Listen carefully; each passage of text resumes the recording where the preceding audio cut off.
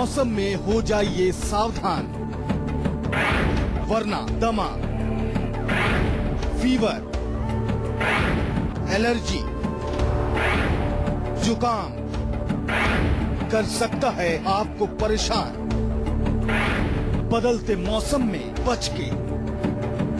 तो चलिए अब डॉक्टर साहब से जान लेते हैं कि आखिर क्यों बदलते मौसम में अक्सर लोग बीमार पड़ जाते हैं। आयुर्वेद में इसके बारे में क्या कुछ लिखा गया है? जी देखिए, बदलता मौसम यानी कि हमारे शरीर में जो बेसिक हमारे जो कॉन्स्टिट्यूएंट्स हैं, जिनको हम धातु बोलते हैं आयुर्वेद में, हमारी जो टिश्यूज हैं उनको थोड़ी सी जो है उनमें एक तरह की अस्थिरता आती है, दे आर नॉट स्टेबल, तो अनस्टेबल होते हैं। इसी प्रकार से जो हमारे दोष होते हैं जो कि रोगों को पैदा करते हैं, वात, पित्त और कफ, जिनका जिक्र हम बार बार करते हैं, वो भी थोड़े से अनस्टेबल होते हैं। और हमारे शरीर की जो इम्यूनिटी पावर है, रोगों से लड़ने की शक्ति, वो भी थोड़ी सी अस्थिर होती है, कमजोर होती है उन दिनों में। तो इसलिए होता क्या है कि इन दिनों में यदि हम कुछ खास एहतियात ना रखें तो बड़ा आसानी से कुछ न कुछ रोग हमें आ सकता है, डिपेंडिंग ऑन कौन सा सीजन है।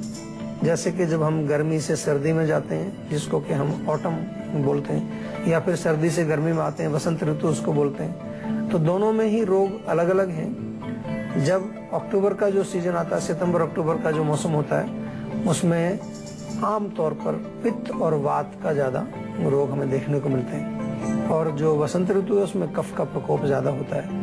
तो आपको थोड़ा सा इसके बारे में जानकारी होनी चाहिए कि कौन सी ऋतु में किस प्रकार का जो है हमें भोजन करना है, कौन सी ऋतु में किस प्रकार से हमें अपने दोषों को बैलेंस बना के रखना है। और मुख्य रूप से चेंज ऑफ सीजन की जो हम आज बात कर रहे हैं, उसमें हमें ये जरूर समझना चाहिए कि जब मौसम बदलता है उस समय हमारी जो शक्ति शरीर की थोड़ी सी अस्थिर होती है। जैसे आप एक ठंडे एसी के कमरे में हों तो हम कहते हैं कि एकदम से गर्म उसमें नहीं जाना चाहिए, एकदम बाहर धूप में नहीं निकल जाना चाहिए। या कई बार आप बाहर बहुत तेज गर्मी से आते हैं तो ये कहा जाता है कि एकदम से बहुत ठंडा पानी नहीं पीना चाहिए, थोड़ा सा शरीर को टाइम चाहिए होता है। इसी तरह से जब हम एक मौसम में हमारा शरीर एडजस्टेड होता है, गर्मी में एडजस्टेड है, और जब सर्दियां आती है तो उसको थोड़ा सा टाइम चाहिए होता है, जिसको कि ऋतु संधि यानी दो ऋतुओं के बीच का जो एक टाइम है, 15-20 दिन का टाइम होता है, उसको ऋतु संधि कहा जाता है। इसमें कुछ विशेष ध्यान हमको रखना चाहिए खाने पीने का, यानी कि ऐसी चीजें ना खाएं जो बहुत देर से पचती हैं या जिनसे जो है किसी प्रकार का आम हमारे शरीर में बने, उसका थोड़ा ध्यान रखना चाहिए। कुछ ऐसी चीजें हमें खानी चाहिए जिससे हमारे शरीर की शक्ति और इम्यूनिटी पावर मजबूत बनी रहे। एक कॉलर हमारे साथ जुड़ गए हैं फोन लाइन पे। दीपक है राजस्थान से। जी, आप अपना सवाल कर सकते हैं। मेरे फेस पे ना बहुत ज्यादा कील मुहासे हो रहे हैं, दाने दाने हो रहे हैं बहुत ज्यादा। कब से हो रहे हैं ये दाने? सर 6 मंथ से। 6 मंथ? हाँ जी। अभी उम्र कितनी है आपकी? Sir 20 year. 20 ईयर्स। देखो, इस उम्र में जो दाने आमतौर पर हुआ करते हैं चेहरे पर, उसका एक तो ये उम्र है पित्त वाली। आयुर्वेद में लिखा हुआ है कि जो युवा अवस्था है उसमें पित्त का प्रकोप जो है वो स्वाभाविक रूप से होता है। दूसरा, आजकल जो हमारे जो युवा वर्ग के लोग हैं उनका खान पान भी कुछ जो है पित्त वाला ही देखने में आता है। बहुत सारी चीजें हम ऐसी खाते हैं जिनमें बहुत गर्म तासीर वाली चीजें होती हैं, और इस उम्र में लोग जो है थोड़ा सा कई प्रकार की गंदी आदतें भी उनको हो जाती हैं। तंबाकू का सेवन है, सिगरेट वगैरह का सेवन है, स्मोकिंग करते हैं, या अल्कोहल का सेवन करना, तो ये सब हीटिंग वाले। और आजकल का भोजन अगर देखें तो इस उम्र में आमतौर पर लोग जंक फूड का सेवन अक्सर किया करते हैं, गर्म चीजों का सेवन करते हैं, तो फिर जो है चेहरे पर कुछ दाग धब्बे, ऐसे दाने, पिंपल्स, एक्ने निकल आते हैं। आमतौर पर लोग कह देते हैं कि भाई जवानी आ रही है, इसको जवानी निकल रही है इसकी। ये ऐसा कुछ नहीं है। अगर आप सही भोजन रखेंगे, अपना लाइफस्टाइल सही रखेंगे, खान पान सही रखेंगे, तो ये नहीं निकलेगा आपको।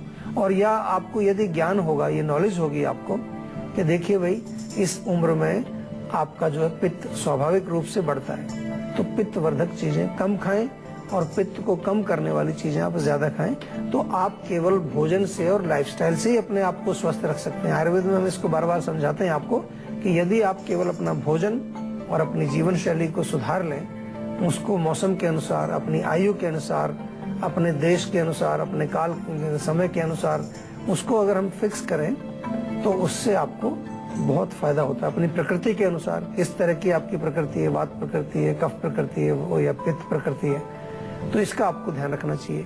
और अभी जैसे आपको ये निकल आए हैं, ये पिंपल्स या एक्ने जो भी हैं, इसको ठीक करने के लिए आपको कुछ शोधन करना चाहिए, यानी कि कुछ ऐसी चीजें लेनी पड़ेंगी जिससे कि खून साफ हो आपका।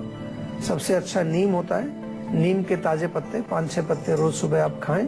लेकिन बहुत इम्पोर्टेंट है कि यदि रोग थोड़ा सा पुराना हो जाता है, अभी वैसे 6 महीने हो गए आपके ऑलरेडी, तो उसमें कुछ आयुर्वेदिक औषधियाँ जरूर लेनी चाहिए।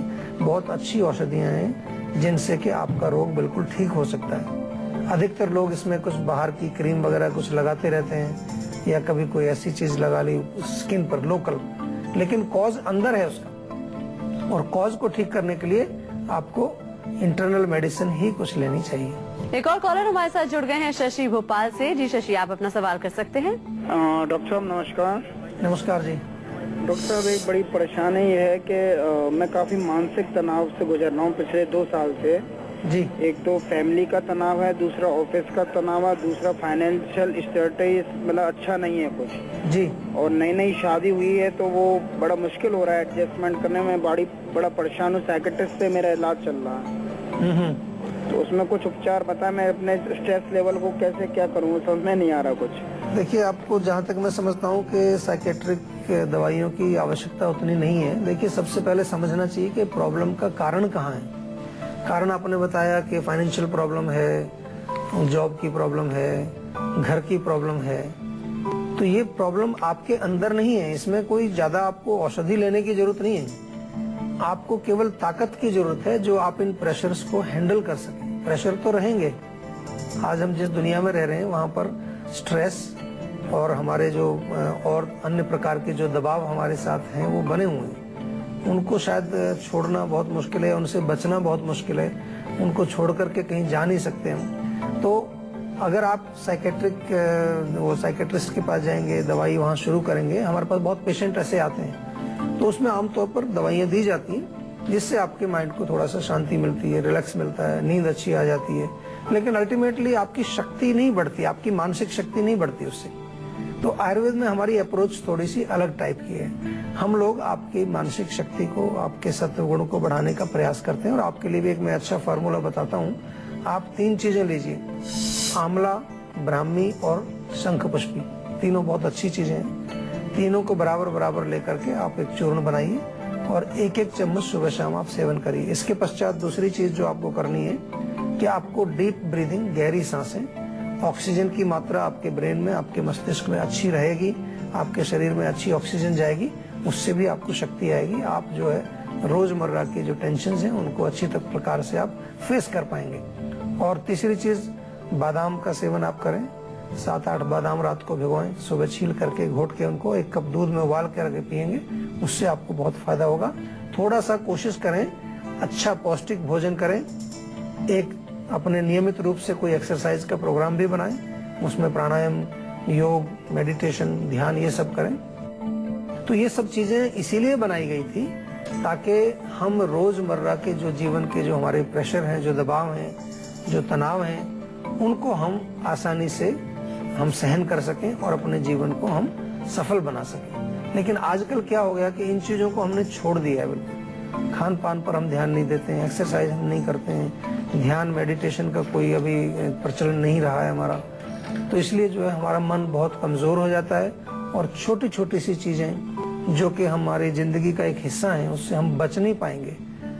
आपने शादी का जिक्र किया, शादी तो करनी पड़ती है, जॉब भी करना पड़ता है, जॉब में अपने प्रेशर्स होते हैं। लेकिन हम अगर रोजमर्रा की जीवन शैली को हम छोड़ देते हैं और छोटी छोटी जो हम अगर जो एक तरह से ताकत बढ़ाने वाली चीजों को अगर हम नहीं प्रयोग करते हैं तो फिर क्या होता है कि फिर हमें इस तरह से तनाव होता है, फिर डिप्रेशन आ जाता है, उसके बाद डर आने लगता है, फियर आने लगता है, पैनिक अटैक्स होने लगते हैं, एंग्जाइटी आ जाती है और उसकी वजह से शरीर में अनेक प्रकार के रोग आ जाते हैं। मौसम बदल रहा है, अब विंटर्स आ रहे हैं, तो डॉक्टर साहब ऐसी कौन कौन सी परेशानियां हैं जो बदलते मौसम में हमको सबसे ज्यादा परेशान करती हैं? देखिए, सबसे ज्यादा इसमें जो हमारे नाक, गला, फेफड़े, इससे संबंधित रोग बहुत ज्यादा होते हैं। लोगों को जो है छींके आना, थोड़ा सा जो है गले में खराश हो जाना, और फिर किसी को जो दमे के सब मरीज होते हैं उनको दमे का अटैक इस सीजन में आमतौर पर आ जाता है। वायरल फीवर भी बहुत चलता है लोगों में, बुखार होना या किसी प्रकार मोस्टली उसमें कफ का प्रकोप ज्यादा, इसमें कफ वर्धक जो चीजें मिलेंगी आपको, या कभी कभी बहुत ज्यादा जलन, एलर्जीज जो आप कहते हैं जिनको, नाक की एलर्जी, गले की एलर्जी, स्किन की एलर्जी, ये सब चीजें भी मौसम के चेंज में देखने को मिलती हैं। और त्वचा के रोग भी मैंने देखे हैं, कई लोगों को त्वचा के रोग इसमें उभर आते हैं चेंज ऑफ सीजन में, कोई खुजली है, खारिश है या एक्जिमा है उनको, या पेट के रोग भी इस चेंज ऑफ सीजन में काफी लोगों को देखने को मिलते हैं। पेट में एसिडिटी होना, पेट में अफारा होना या कब्ज होना, ये इस प्रकार के रोग जो है आमतौर पर चेंज ऑफ सीजन में देखने को मिलते हैं। तो पेट के रोग हैं, रेस्पिरेटरी सिस्टम के रोग हैं, और तीसरा हमारी त्वचा से संबंधित रोग है। एक कॉलर हमारे साथ जुड़ गए हैं, राहुल है हरियाणा से। जी, आप अपना सवाल कर सकते हैं। नमस्कार डॉक्टर साहब। नमस्कार जी। हाँ जी, तो मेरी जो आईसाइट काफी वीक है। आईसाइट? हाँ जी, आईसाइट काफी वीक है, आंखों का जो बिल्कुल रोशनी बहुत कम है। तो चश्मा लगाते हैं आप? हाँ जी, हाँ जी। उसके लिए जो है अभी आपका नंबर जो है स्टेबल है, नंबर बढ़ता जा रहा है कुछ? नहीं, अभी तो स्टेबल है, -5.5 है नंबर मेरा। अच्छा। हाँ जी। तो देखो, आंखों की अगर रोशनी आपको इम्प्रूव करनी है, आंखों को अगर मजबूत बनाना है, तो आपको समझना चाहिए। सबसे पहले हम बार बार ये कहते हैं कि आंखें आखिर कमजोर होती क्यों? 2-3 बड़े मुख्य कारण हैं जिसको आमतौर पर हम कभी जो है समझ नहीं पाते हैं। एक तो जब भी हम कोई चीज देखते हैं, जैसे आप टीवी देखते हैं, अखबार पढ़ते हैं, या आप कंप्यूटर पर काम कर रहे हैं, तो उस समय अगर आप कॉन्टिन्यूसली उसको एक टक देखते रहते हैं, बिल्कुल स्टेयरिंग जिसको बोलते हैं, लगातार एक टक देखना उसको, तो हमारी जो मसल्स हैं आँख की, उसको रेस्ट नहीं मिलता है, तो पलक झपकना चाहिए बीच बीच में। इसीलिए हमारा ऑटोमेटिकली एक ये फंक्शन होता है आँख का कि पलक झपकती रहती है, उससे रेस्ट मिल जाता है। तो अगर ऐसी आदत आपकी बन गई है तो उसको चेंज करिए पहले। दूसरा, फिर जो हमारी मांसपेशियां हैं आंखों की, उनको मजबूत करने के लिए हम कुछ भी नहीं करते। आजकल सब लोग जिम में जाते हैं, बॉडी बनाते हैं, मसल बनाते हैं, कोई 6 पैक बना रहे हैं, लेकिन इतना इंपॉर्टेंट हमारा जो ये मसल है आंख का, उसके लिए कोई हम एक्सरसाइज ही नहीं करते। उसको अगर स्वस्थ रखना है तो उसकी भी एक्सरसाइज चाहिए। तो उसके लिए आई बॉल रोटेशन हमको करना चाहिए, आंखों को घुमाना, ऊपर नीचे करना, दाएं बाएं करना, बहुत फायदा होता है इससे। और तीसरी चीज है कि कुछ खाने में भी ऐसी चीजें हमें लेनी चाहिए जो हमारी आंख के साथ ताल्लुक रखती हैं। मुख्य रूप से जैसे कि हम कहते हैं हरी सब्जियां खानी चाहिए, विटामिन ए की मात्रा जिनमें होती है, सेब है उसको वो खाना चाहिए, बादाम बहुत अच्छा है, बादाम का सेवन किया जा सकता है। बादाम और सौंफ मिलाकर के एक चूर्ण बना लीजिए, वो आप सेवन करिए। कुछ आयुर्वेदिक औषधियां भी हैं, वो आप सेवन कर सकते हैं। और नेत्रबस्ती हमारे आयुर्वेद में होती है एक ट्रीटमेंट, जिसमें कि आंख के चारों तरफ एक वो बना करके उसमें कुछ मेडिकेटेड घी हम भर देते हैं, तो उससे बहुत ज्यादा ताकत या शक्ति हमारी मसल्स को भी मिलती है। रेटिना जो होता है उसको भी जो है पोषण मिलता है। पूरी आंख के जितने भी हमारे छोटे छोटे जो अंदर अंग है उसके, उन सबको इससे पोषण मिलता है। बहुत अच्छा एक ट्रीटमेंट है। तो आयुर्वेदिक सेंटर में कहीं पर भी आप जाएं तो कभी 2-3 दिन लगातार करा लें, महीने में 1 आध बार भी करा लें, तो उससे बहुत फायदा होगा। तो चलिए अब बात कर लेते हैं आज की संजीवनी की, जिसमें डॉक्टर साहब आपको बताएंगे बदलते मौसम में फिट रहने की संजीवनी। तो डॉक्टर साहब, क्या है आज की संजीवनी? देखिए, अगर मौसम बदल रहा है तो सबसे पहले आप एक चीज का ध्यान रखिए कि अपने शरीर में जो आपको कपड़े पहनने हैं, जो आपका बाहर का जो वातावरण है, जो टेम्परेचर है, मौसम बदलने लगता है। हमारा एसी अभी उतनी टेम्परेचर पर चल रहा होता है, रात को बहुत ठंडे उसमें हम रहते हैं, ऑफिस में भी एसी चलते रहते हैं, इसमें थोड़ा सा ध्यान रखना चाहिए। और अगर आपकी ऐसी मजबूरी है कि आप ऐसे कहीं जगह पर काम कर रहे हैं जहां आप उसको कंट्रोल नहीं कर पाते, तो कम से कम कुछ गर्म चीजें पीना शुरू करें। गर्म पानी में थोड़ा अदरक उबाल करके आप पी सकते हैं, या फिर जो है आप एक चूर्ण बना लीजिए, सौंठ, काली मिर्च, पिपली, वो आप बना करके सुबह शाम आधा चम्मच उसका सेवन कर सकते हैं।